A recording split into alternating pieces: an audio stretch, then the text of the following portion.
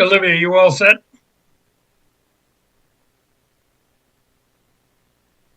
Yeah, I think we're still waiting. We need one more. Howard is joining now. Okay. There we go.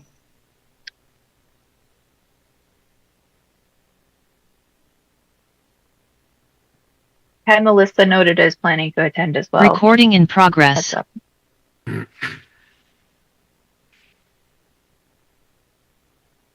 All right. Good evening. My name is Peter Basserman, and I am chairman of Branford's Inland Wetland Commission. I'll now open the special meeting of the commission. Today is December 16th, 25. It is now 7 p.m. This evening's meeting will be conducted as a virtual meeting using the Zoom software platform.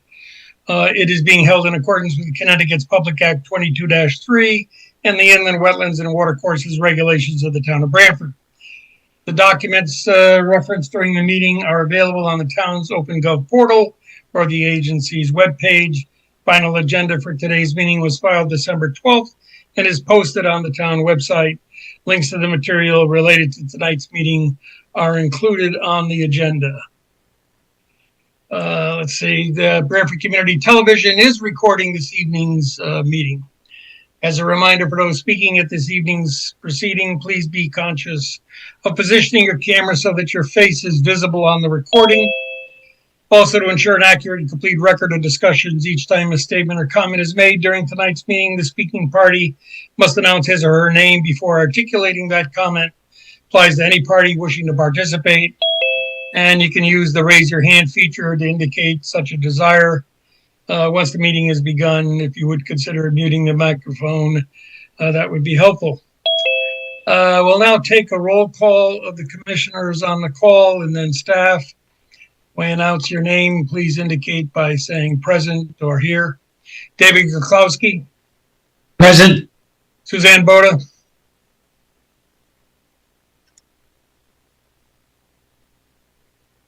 I don't think I heard. Commissioner Boda, present. Commissioner Armstrong? Present. Commissioner Sotomayor? Commissioner Sotomayor, present. Commissioner Papantonis? Commissioner Papantonis, present. And staff, Jamie Ann Frederick? Present. And Olivia Sandberg? Present. Okay. We now have the application for the special meeting. It is Inland Wetland 25-6, 596, 612, and 616 East Main Street, construction of a rehabilitation hospital and associated driveway, storm drainage, and utilities. This is a special meeting, and I think probably first on the agenda, we ought to address whether there is a need for a public hearing on this application. As in our regulations, section 9, it is either in the public interest that a public meeting should be called, a petition, or may have a significant impact on the wetland or water courses associated with that application. Jamie, is there anything else that we should consider in that context before we start discussion on whether to have and schedule a public hearing?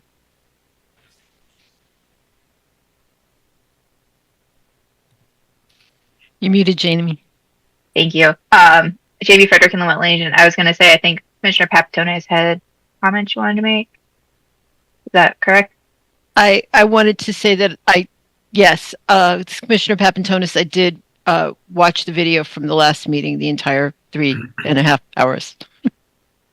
So I am up to date on the issues for this. Way to hang in there. I guess I forgot to ask if there's any commissioner that needs to recuse themselves from this matter. And before we begin the discussion, I think Attorney Nuff has a hand raised. Yes, thank you, Mr. Chairman. John Nuff on behalf of the applicant. 42 Cherry Street in Milford. First of all, I really want to thank the commission for their speeded up site walk on Saturday. Turns out the timing was serendipitous given the storm Saturday night into Sunday. So I really appreciate everyone making the effort given the holidays. Second of all, I want to thank you for the meeting tonight. Same thing. We very much appreciate it, particularly in the context of this time of year.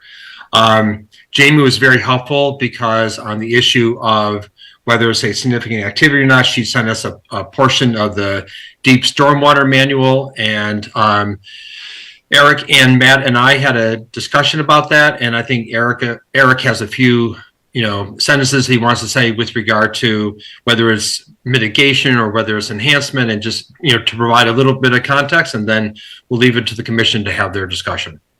Matt? If the commission doesn't have any objection, I just as soon hear that sooner rather than later. Anybody feel differently? Okay.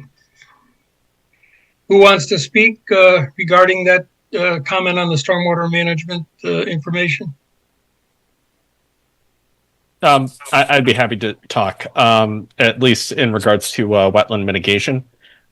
So in regards to the work that's being done at the man-made pond, there will not be a decrease in its area. If anything, this would result in an enhancement of it due to the removal of invasive plant species, and native plantings would further its functions and values. Also, it would enhance the values of flood flow alteration, nutrient removal. So I would say that this counts as enhancement, which is a form of mitigation. Thank you, Matt.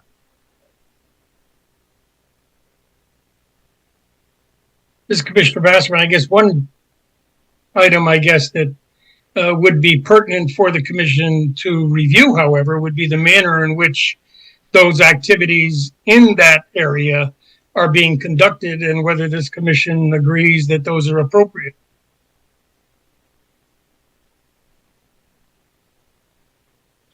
Jamie Frederick, inland wetland agent. I would say that would be consistent with past practice for the commission to review how that conversion is proposed to occur.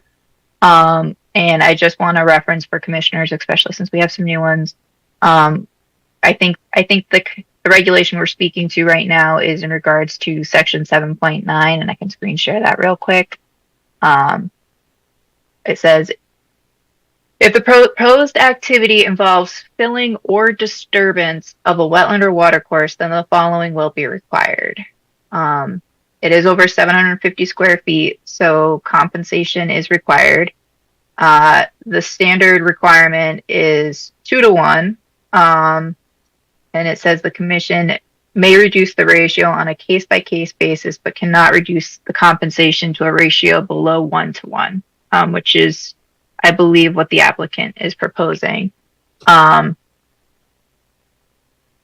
then it goes on to say compensation measures should be considered in the following order of priority, and this is directly from state statutes. 1 is to restore pre-existing wetland or watercourse. 2 is to enhance degraded wetland or watercourse to improve functions and values they provide. And 3 is create productive wetlands or watercourse resources. And then it goes on to some other details. So I haven't been able to review the full application materials.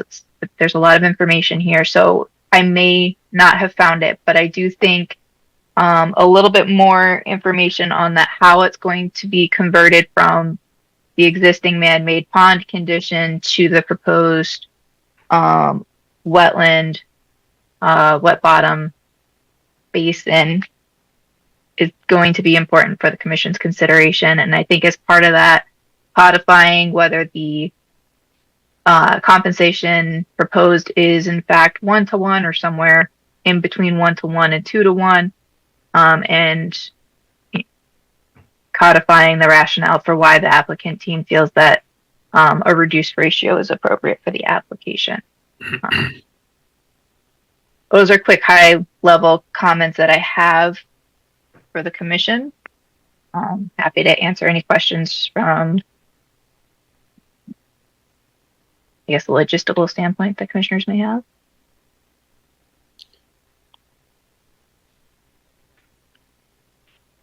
You know, I guess it's John Nuff. I think this is a little ironic only because, and I understand the intent of 7.9. I'm not disputing, you know, what it says, but in this case, you know, I think the regulations presume sort of a negative impact that you're filling functional wetlands when we are doing just the opposite. We are taking a non-functioning man-made pond that was intended for recreational purposes or entertainment purposes and making it a functional basin. So listen, we're happy to work with you, but I think in this case, you know, we are as Matt said, we are enhancing this watercourse feature. I'm not saying that's not a watercourse, but also what we're doing is going to be making it functional and enhancing the functions and values and not deteriorating those in any way. And I understand 7.9 stands alone, separate from the definition of significant impact. But I think if you, again, go through the definition and the 6 different criteria, we don't trigger any one of those. So I think you can say we have to comply with 7.9, but at the same time, we are not a significant activity.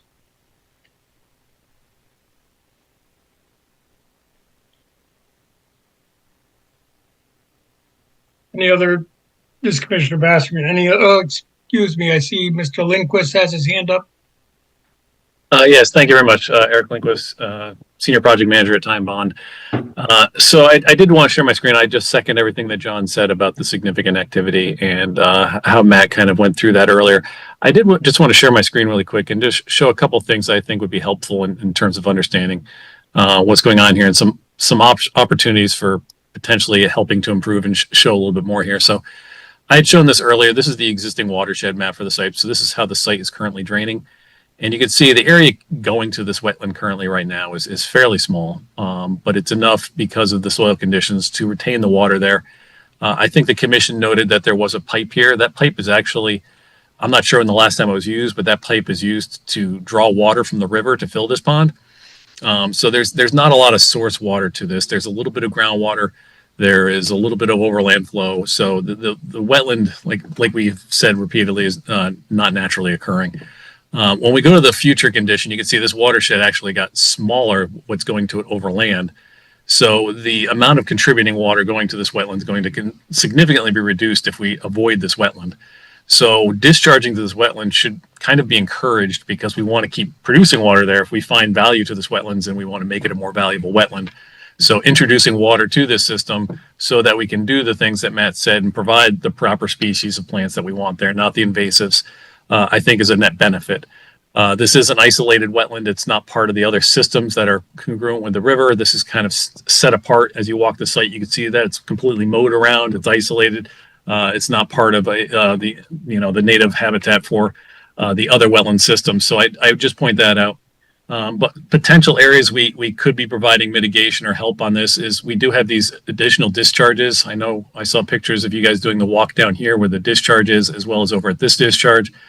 There's ways of also introducing plants in those locations and some more vegetation to help provide, not 2-to-1 by any stretch, but to increase and enhance the wetland contribution in that regard as well.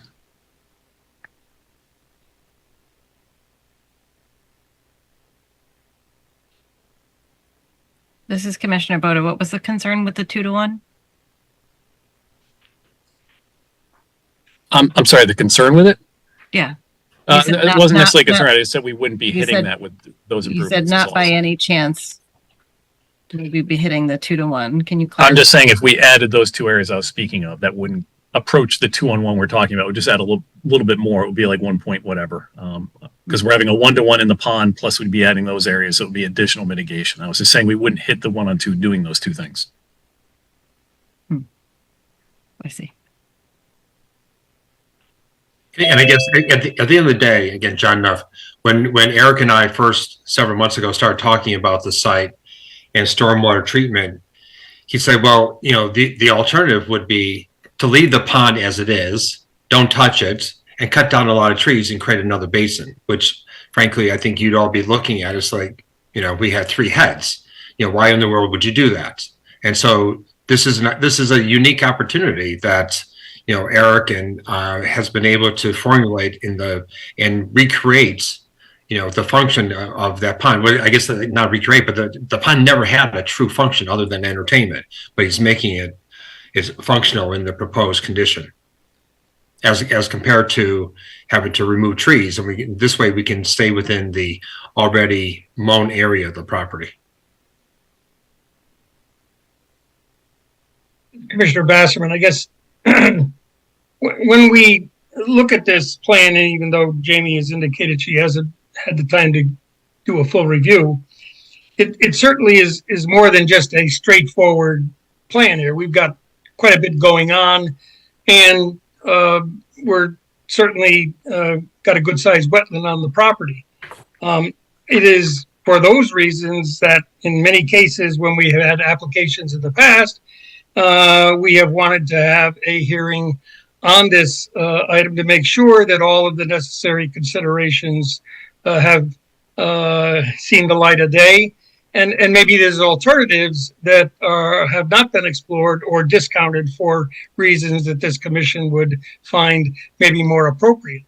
For those reasons, I consider this to be in line with what we've done in the past and having a public hearing to review all those alternatives and the functions and factors that go into how you're going to get to that end result.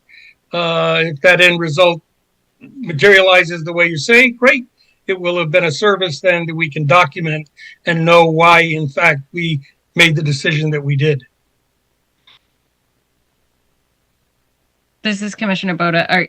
Are you, Chairman Basserman, are you asserting that the catalyst for a public hearing would be significant impact? Or are you saying they have a we should significant impact? Yes. Okay. Jamie Frederick and the wetland agent. So if Commission would find it helpful, I can pull up the definition of significant impact from the regulations for review.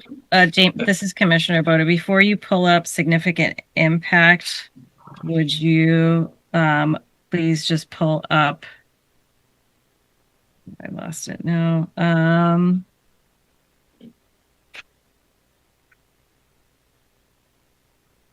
Water course. Definition of water course? Yep. Okay. Thank you.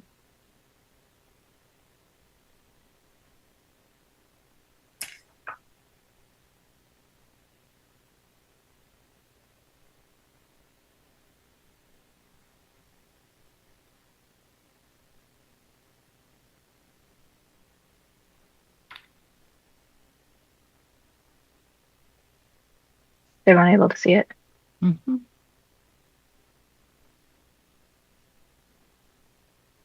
So this is Commissioner Boda. I just would like to note as part of the discussion that this has continuously been referred to as a man-made pond.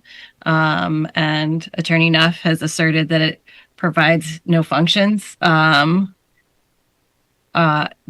DEDD does not distinguish, and the state does not distinguish between natural or artificial.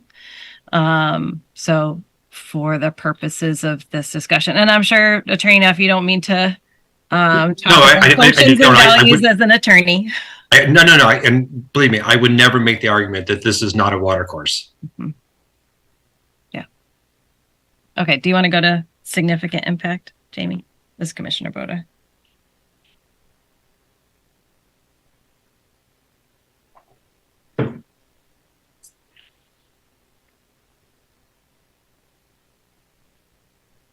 Significant impact means major effect which may result from the conducting of any activity, including but not limited to the following. 1, any activity involving deposition or removal of material which will or may have a substantial effect on the wetland or water course, or on wetlands or water courses outside of the area for which activity is proposed. Or 2, any activity which substantially changes the natural channel or may inhibit the natural dynamics of a watercourse system. Or 3, any activity which substantially diminishes the natural capacity of the inland wetland or watercourse to support aquatic, plant, or animal life in habitats, prevent flooding, supply water, assimilate waste, facilitate drainage, provide recreation or open space, or perform other functions, or 4, any activity which is likely to cause or has the potential to cause substantial turbidity, siltation, or sedimentation in a wetland or watercourse,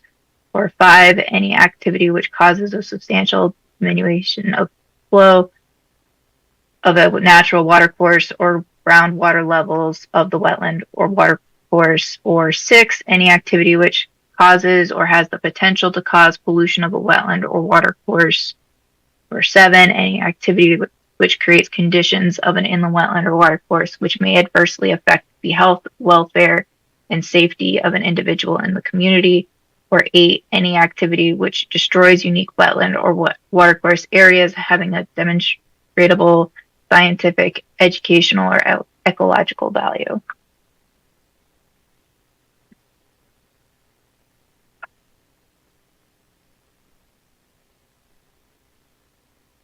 This is Commissioner Boplowski. Did I miss something earlier on when they said that they were going to enhance the wetlands and improve the conditions of the wetlands? Did I miss that, or is... This is Eric Lindquist again with Time Bond. We did say that the intent of the proposal is to enhance the wetlands from what they are currently. There's a lot of invasive species in there. So the goal would be to remove those, regrade it, and provide a standing pool with the aquatic bench and all the things that the dry pond requirements of the Connecticut Deep Water Quality Manual call for, so that this pond would provide all of those things. By any chance, do you know what the current water volume of the pond is? I do not know what the volume is. It's difficult to know what the grading does beneath the water surface that's there now. The survey, it's fluctuated over time depending on when the survey crew was out there and what they got. It's just not, it's hard to tell.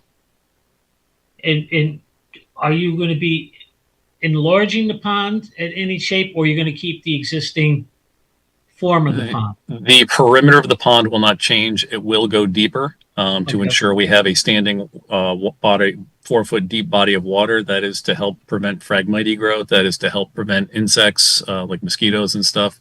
So it's part of, like I said, the deep water quality requirements to promote the positive bioretention and all the things that they're looking for from a pond. So that's what the goal will be and what we'll be designing towards or have.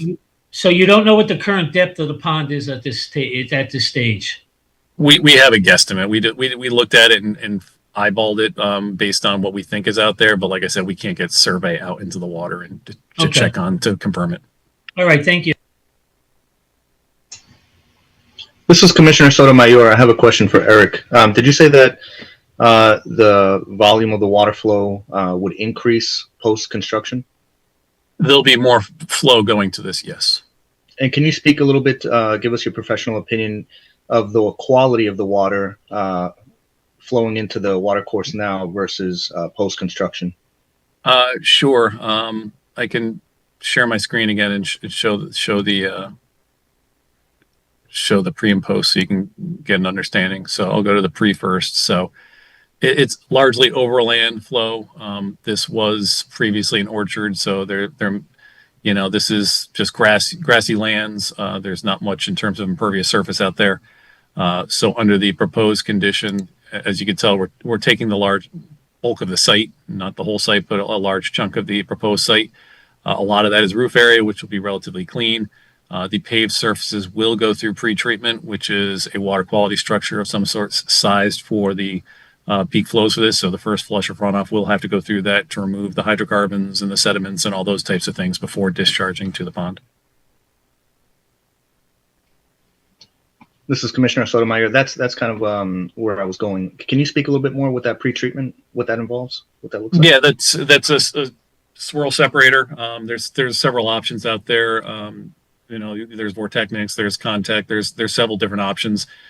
Swirl technology is used to create an internal grit chamber. So as it swirls through there, it kind of brings the sediments to the center and they're collected.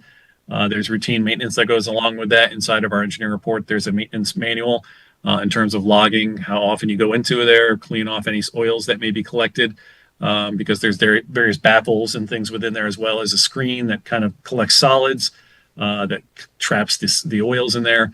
The sediments are collected at the bottom, so in operation once or twice a year, someone will go out there and vacuum out the oils or use sponges to get those out. And that's all designed to be kept largely within it. Obviously, these things aren't 100%, but they do a good job of getting these things out, and they're part of the recommended practices of Connecticut Deep as well. Okay, I appreciate that. Thank you. Yep. This is Commissioner Papantonis. I just want to make a comment. I think we're charged as a commission to make sure that a project like this doesn't have a significant impact, and everything that seems to be proposed has the potential to create significant impact to the wetlands. We're being told it won't, but we have no evidence of that. I think that we need to have the public hearing, and that significant impact is one of the things we should be looking at. This is Commissioner Boda. I agree with Commissioner Papantonis. I would say that we're talking about in a water body, so UU number 1, any activity involving deposition or removal of material which will or may have a substantial effect on the wetland or watercourse or on wetlands and watercourses.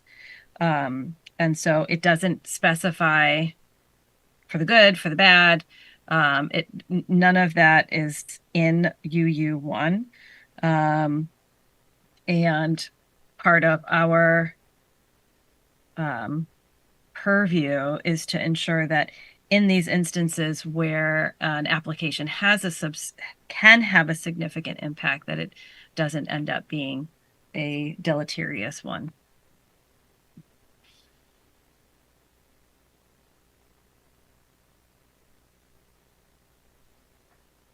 And this is Commissioner Basserman. Any other commission comments at this point?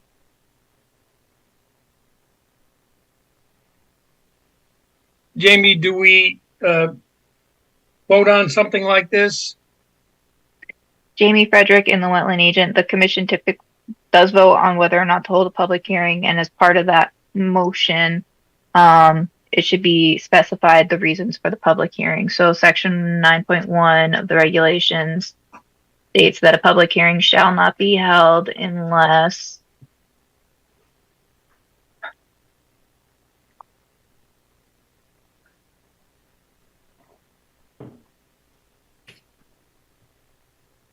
let me screen share it. Unless the agency unless the agency determines that the proposed activity may have a significant impact on wetlands or watercourses, or a petition signed by at least 25 persons who are 18 years of age or older, who reside in the municipality, have filed a request for a hearing, or the agency finds that a public hearing regarding such application would be in the public interest. So the reason for the public hearing should also be identified, and then the time and the location and time of the public hearing needs to get established. I don't know that it necessarily needs to get established tonight, but it would be helpful, I think, for all parties to know when the public hearing would be set for. To that end, another topic of discussion for this evening's meeting is whether or not to have a peer review or third-party review of the application. A lot of times when the commission does request a review, they want to have that report available prior to the opening of the public hearing. So I think that that's important to consider in regards to the scheduling of the public hearing. This is Commissioner Boda. Can we take care of the first step, which is, I think either way, there doesn't seem to be much disagreement about the need for a public hearing. The issue in question was the significant impact. And if we're ready to, unless there's disagreement, if we're ready, can make a motion that this calls for a public hearing based on a significant impact, based on the work in the pond area. And then we can move on to the peer review, and then we can move on to the date. I think you could do it in that order, yes. Does anybody feel differently? This is Commissioner Papantonis. I agree with Commissioner Boda. So Okay, this is Commissioner Boda. I will make a motion that application IW 25-6, 596, 612, 616 East Main Street be moved to a public hearing based on the it being a significant impact on the water body, potentially the being used for stormwater management, and that this particular activity involves a deposition, removal, or removal of material which will or may have a substantial effect on the wetland or water course. Period. Commissioner Papantonis, second. Is there any further discussion on the motion made by Commissioner Boda, seconded by Commissioner Papantonis? All right, we'll take a vote. Commissioner Gokowski, Commissioner Gokowski, aye. Commissioner Sotomayor, Commissioner Sotomayor, aye. Commissioner Armstrong, Commissioner Armstrong, aye. Commissioner Boda. Commissioner Boda, aye. Did I Me. get everyone Commissioner else? Papantonis, Commissioner aye. Papantonis, aye. Commissioner Papantonis, aye. Commissioner Basserman, aye. Okay, item 2 is, I guess, the discussion of peer review. This is Commissioner Boda. Jamie, we have a boilerplate, right? correct. A starting place. 1 minute. No need So, to Jamie- recarve this wheel. Frederick and the wetland agent, we do have a general checklist. The two type of professionals the commission oftentimes will consider are a civil engineer and or a soil scientist. So we have a checklist and can kind of check off items for either of those professionals as the commission deems applicable. But just because you want a professional to look at one thing doesn't necessarily mean you want both. So generally, I would say one of the first questions is whether or not they have to conduct a site visit to complete the review. And then we kind of have some standard things such as direct wetland / watercourse impacts, stormwater management design, hydrological connections to wetlands, alteration in flow volume, frequency, and water quality, which would be stormwater management type stuff. Jamie, this is Commissioner Boda. Question under the hydrologic connections. Does that imply hidden within it groundwater, or would we need to add that? So it could. I think that should be specified, but I think the commission also has to be careful and aware that you can look at groundwater as it's impacting that wetland or water course. Yeah, But of course, the commission doesn't have jurisdiction over groundwater. I'm just kind of framing it because I know we have new commissioners. So this is Commissioner Boda, that the potential connection to it being groundwater fed it would be really helpful to know if that is in fact where some of that water is coming from. Is it all sheet flow, or is it coming from the ground up? So is that a question that you would have for the peer review, or is that a question you would have for the applicant? Both. This is Matt Regan from Time Bond. Based off of what I observed out there, the topography of the site, I would assume that water that's in the pond is primarily from sheet flow. and overland flow from the surrounding uplands. That's not to say that there isn't a groundwater impact. However, I would expect that hydrology would primarily be a result of overland sheet flow. Thank you.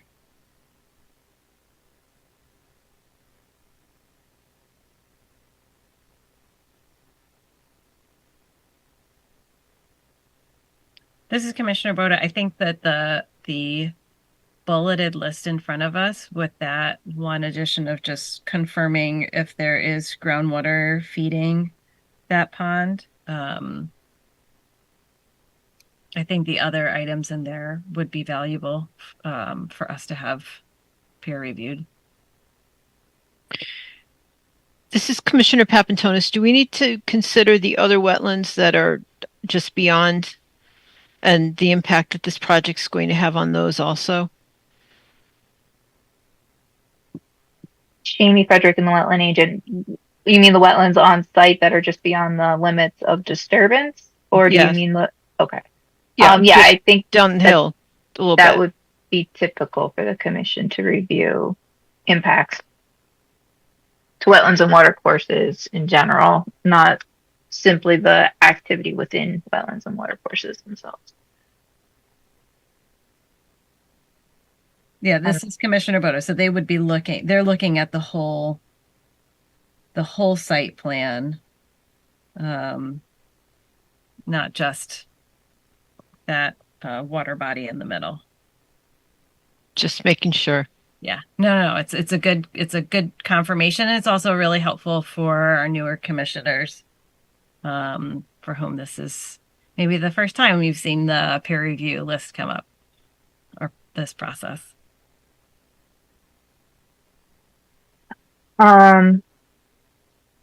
Jamie Frederick and the wetland agent. So at this time, I do not believe that the application materials include a prudent and feasible alternative analysis. So there wouldn't be materials, I don't believe, currently available for that review to take place. Since the commission has made a determination to hold a public hearing based on a finding that there may be significant impact, prudent and feasible alternative analysis will be required per section 7.8 of the regulations. Does the applicant team have any ideas to a timeline of when you would be able to submit materials? I think by the time that you issue the RFP and get responses, we will have a feasible and prudent alternatives analysis submitted, so that when someone's on board, that material will be ready. Prior to selection. Sure.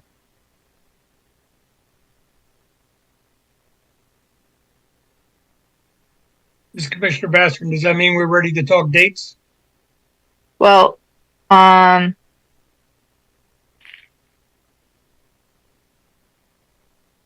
so it sounds like we have one commissioner identifying that the items listed here all seem applicable. So I would ask for clarification as to soil scientist and or engineer, and whether any other commissioners have thoughts on the checklist items, any other items.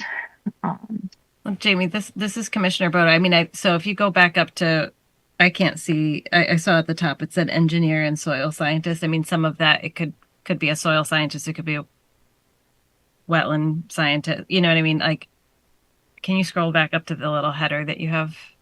I Or think maybe it's just visible on Oh, my okay, I got it now. It's because I told you I zoom way in because I can't. It's so small. So that soil scientist could potentially be brought in depending on the bullet, but it's like the engineer should be doing the stormwater management review, right? Sediment and erosion control measures. I mean, it seems like. So it sounds like you're certain looking expertise, and the ones with the appropriate expertise should be doing their area of expertise.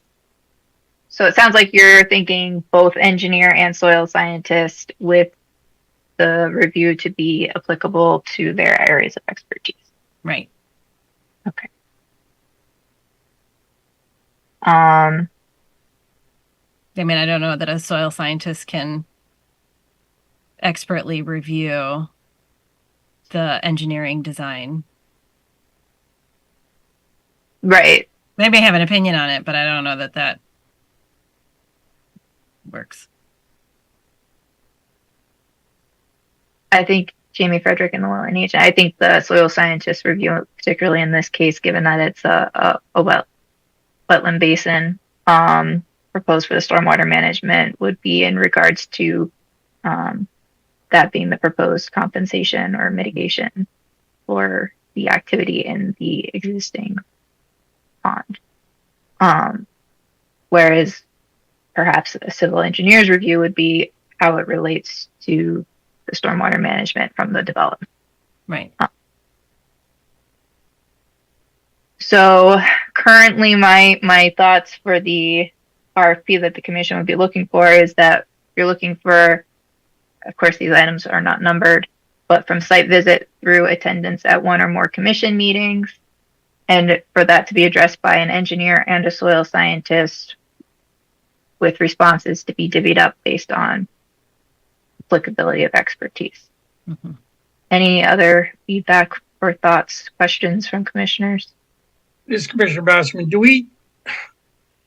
these bullets take into account the removal of the vegetation, the invasives? What bullet would that be? I would put that under review of proposed wetland mitigation and creation. Okay, as long as we're clear that it includes that activity.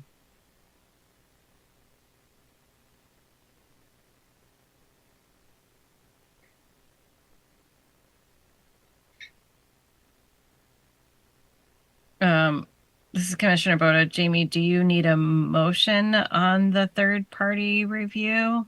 Do we need a motion? Not you, I guess do we?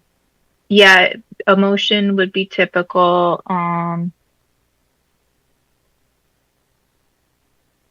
I think before we move on too much, so we've got the application, project narrative, stormwater management report, site plans, prudent feasible alternatives would be other, since you have that up above. And mitigation plans, which be part of site plans. So I think other important things for consideration are when the proposal must be submitted by, when the commission will make a selection, and when the review must be submitted by. So since we have some new commissioners, generally the process is the commission chooses who you want to hire and what they're tasked with reviewing. And then staff sends out those responses, and those get reviewed by the commission at a meeting. And then the applicant would need to submit a complex application fee based on the amount in that RFP. We do a purchase order, and once everything is greenlit there, the reviewer goes forward, does the review, and submits it. So that way the commission and the applicant team can consider that information. I can probably get this out tomorrow. We do have a boilerplate letter, and I think it's important to keep the ball rolling. The commission has 65 days to open the public hearing statutorily without requesting an extension of time from the applicant. So that would give the commission until February 14th. And so the latest the commission could schedule a public hearing, if you wanted the peer review beforehand, would be February 12th. The commission does also have meetings January 8th and January 22nd. So one of those meetings or a special meeting, the commission would have to select the peer review. We are upon the holiday season. I think having responses due January 7th might limit the amount of responses we receive, but at the same time, that is, I believe that's 3 weeks, but it's 3 weeks over the holidays. Or maybe Um, But Jamie, this is Commissioner Boda. So that what would come back would just be the, their kind of Right. application to be the peer reviewer. It's not that they would have reviewed. right. So that's step one, line one. So step one is when the proposals are due. Step two is when the commission chooses. And then step three is when the report must be submitted. So let's say that the peer review the responses to the RFP have to be submitted January 7th. So that way the commission can review them at their January 8th meeting. So then the commission, if they want, I'm thinking 3 weeks is a reasonable time frame for the review, which puts us at January 29th for the report to be due. But so, I mean, again, our regularly scheduled meetings in January are January 8th and January 22nd. So that puts us at either a special meeting. There are 5 Thursdays in January, so we could do the 29th, or we could do February 5th or February 12th, which is the regularly scheduled meeting. So, this is Commissioner Boda. Jamie, when you said the 29th, do you mean cancel the 22nd meeting and I can't on the 29th anyway. Never mind. I mean, yeah, I don't think we could cancel the 22nd meeting because we already have other business we continued to that meeting, so I would have to try and reschedule that business if we were to do that. Yeah, and I'm working on the 29th. This is Commissioner mean- Papantonis. My recollection is last time we asked for a peer review, we got one response. Am I wrong? I think you could be correct. I know there was at least one recent time where we only got one response. This is Commissioner Sotomayor. Is it unreasonable for the peer review to be completed in 2 weeks? Is that not enough time? We could put out the RFP that way. So the only hesitancy I have is that in addition to the review time frame, there's the submission of the public or of the complex application fee by the applicant and the processing of that by staff. So it kind of ends up being just shy of 3 weeks that they actually have the green light to go. But again, I mean, it's a large project by the commission standards, but it's not a large project, I think, by review standards. So maybe 2 weeks is enough time, or Well, could we? So this is Commissioner Boda. Could we put out the RFP, have it due the 8th, make our determination the 22nd? no, I think you want to make your determination way before that. I'm sorry, I said it wrong. Have it due the 7th, make our determination the 8th, and then it would be their submission would need to be before the meeting for the 12th, February 12th.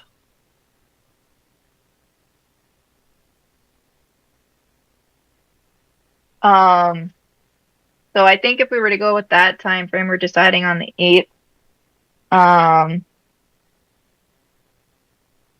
think I would say to have it due like either the 29th or we could go with like February 2nd, just because that gives the applicant time to respond before the public hearing too. No, So that's fair. if we're pushing it out that far, I think we should give them a benefit of that additional time. That's fine. That makes sense to me. This is Commissioner Boda. The 29th or the 2nd. And that gives us time to... Or we could say the 30th. So that way the peer review starts with it, or the peer reviewer has through the end of the week, and then the applicant team has the next week. Yeah.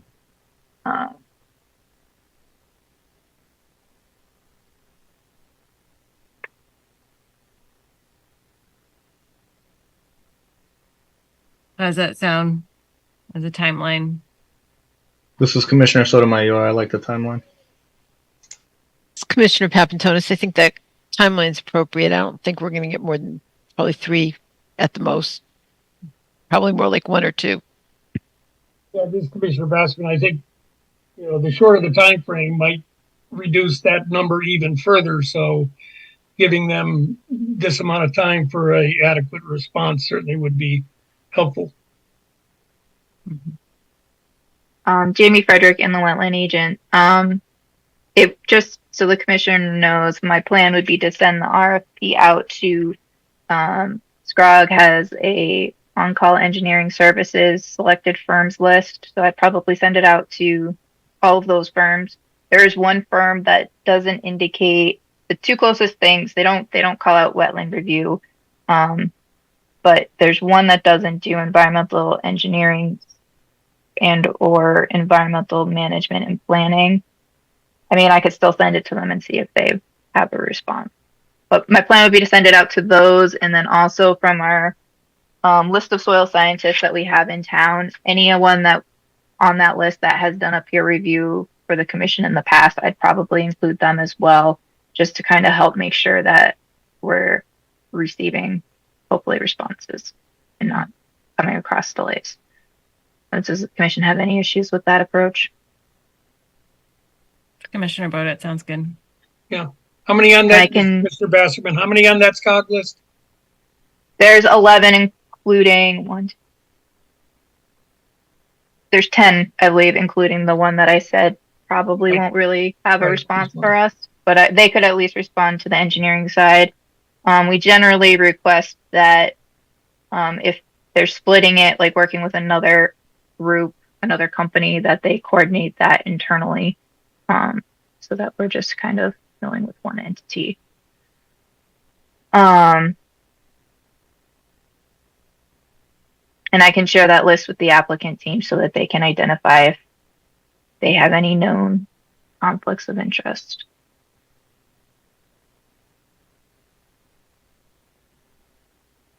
Okay, and you need a vote on this, correct, Jamie? A vote and a confirmation. I believe I've got responses due January 7th. Commission to decide at the January 8th meeting. In the report to be submitted to the commission. I don't know if we chose the 29th or the 30th. The 30th. 30th. And the public hearing to be opened February 12th. So we'd want them to attend that meeting. Yeah.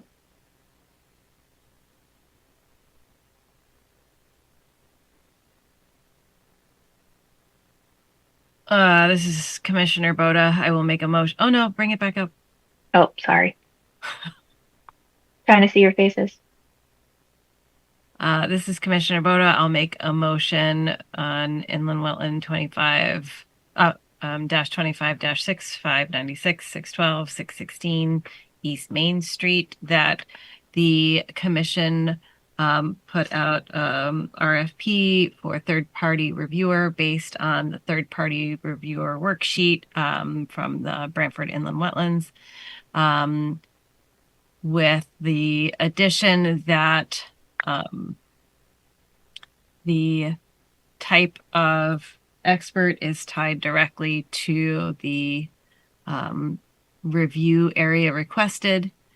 That one addition be to see if the water body on site is groundwater fed with a hydrologist, and that the RFPs are due January 7th so that the commission may review them and determine the peer reviewer at the January 8th, and that the peer reviewer shall submit the peer review to the commission by January 30th, and that the public hearing for this application be open on February 12th, 2026. This Commissioner Bassler, is there a second on Commissioner Boda's motion? This is Commissioner Goklowski. I'll second that motion. Any further discussion on those motions? Okay, we'll take a roll call vote. Commissioner Papantonis, Commissioner Papantonis, aye. Commissioner Armstrong, Commissioner Armstrong, aye. Commissioner Sotomayor, Commissioner Sotomayor, aye. Commissioner Boda, Commissioner Boda, aye. Commissioner Goklowski, Commissioner Goklowski, aye. Commissioner Armstrong. You're muted. Muted. I'm sorry, Commissioner Armstrong, aye, but you asked me the first time. Did I? Yeah. It's okay, I get 2 votes. Is there a way I can check these off when I go Commissioner Bassler and I? Did we get everyone? I think we got everyone. Except for you, Commissioner Basserman. Well, I did say aye right after I twice got Commissioner aye. Maybe he counted, my vote as well. Who knows? All right. Anything else for this evening? I don't think so on the agenda. We can't make any changes. So I think this is bye-bye time. I'll just post. This is Commissioner Boda. Can I just for our new commissioners, just a friendly reminder that since this is going into public hearing, there shouldn't be any conversations about this application. We shouldn't be getting information about this application from anywhere outside of the public hearing. Jamie Frederick and the wetland agent. I'll just also kind of full circle loop around to the public hearing. Sounds like it's scheduled for February 12th, 2026, and will be held remotely via Zoom. Okay, any Make other a motion last to minute adjourn. thoughts? No. Hopefully this is the last meeting we have before the holiday. Have a Merry Christmas, Merry Christmas, Happy New Happy Year. Hanukkah, Holidays, and everybody. enjoy the rest of the month. Thank you again. Happy holidays. Happy Thank you. holidays. Have a good night, guys.